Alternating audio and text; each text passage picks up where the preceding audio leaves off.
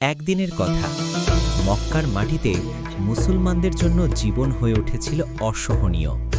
কাফেররা অত্যাচার করত, মারত, কষ্ট দিত, ইসলাম থেকে ফিরিয়ে নিতে চাইত। কিন্তু নবী করিম সাল্লাল্লাহু আলাইহি ওয়াসাল্লাম কখনো রাগ করতেন না, বরং দোয়া করতেন, হে আল্লাহ, এরা জানে না, এদের ক্ষমা করো। এরই মধ্যে আল্লাহর আদেশ এলো, হে নবী, তুমি মদিনায় চলে যাও, সেখানে তোমার জন্য নিরাপদ আশ্রয় থাকবে। হিজরতের প্রস্তুতি। রাত গভীর, মক্কার আকাশে নীরবতা, চারিদিকে শুধু চাঁদের আলো। নবী করিম সাল্লাল্লাহু আলাইহি ওয়াসাল্লাম চুপচাপ নিজের ঘর থেকে বেরিয়ে এলেন। ঘরে শুয়ে আছেন তার প্রিয় ভাই হযরত আলী রাদিয়াল্লাহু আনহু। নবী সাল্লাল্লাহু আলাইহি ওয়াসাল্লাম তাকে বলেছিলেন, আলী, আজ রাতে তুমি আমার বিছানায় ঘুমাও, আমি আল্লাহর আদেশে মদিনায় যাচ্ছি। হযরত আলী বিনা দ্বিধায় বলেছিলেন, ইয়া রাসূলুল্লাহ সাল্লাল্লাহু আলাইহি ওয়াসাল্লাম, যদি আমার জীবন দিয়েও আপনাকে রক্ষা করা যায়, আমি রাজি। কাফেরদের ষড়যন্ত্র। ওদিকে কাফেররা নবী করিম সাল্লাল্লাহু আলাইহি ওয়াসাল্লামকে হত্যা করার পরিকল্পনা করেছে।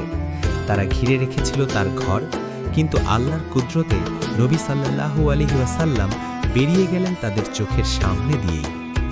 তিনি সূরা ইয়াসিনের কিছু আয়াত পড়লেন, আর আল্লাহ তাদের চোখ ঢেকে দিলেন।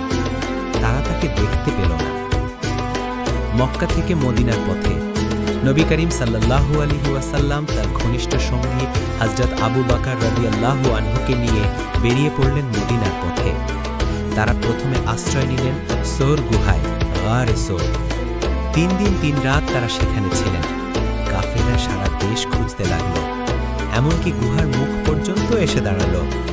কিন্তু আল্লাহর কুদরতে গুহার দরজায় মাকড়সা জাল বনে ফেলল, আর একটি কবুতর বাসা বেঁধে ডিম পাড়ল। কাফেররা দেখে বলল, এখানে ঢোকার প্রশ্নই আসে না, দেখো তো জাল আর ডিম। এভাবেই আল্লাহ তাদের রক্ষা করলেন। মদিনায় আগমন। অবশেষে নবী করিম সাল্লাল্লাহু আলাইহি ওয়াসাল্লাম ও আবু বকর রাদিয়াল্লাহু আনহু মদিনার কাছে পৌঁছালেন।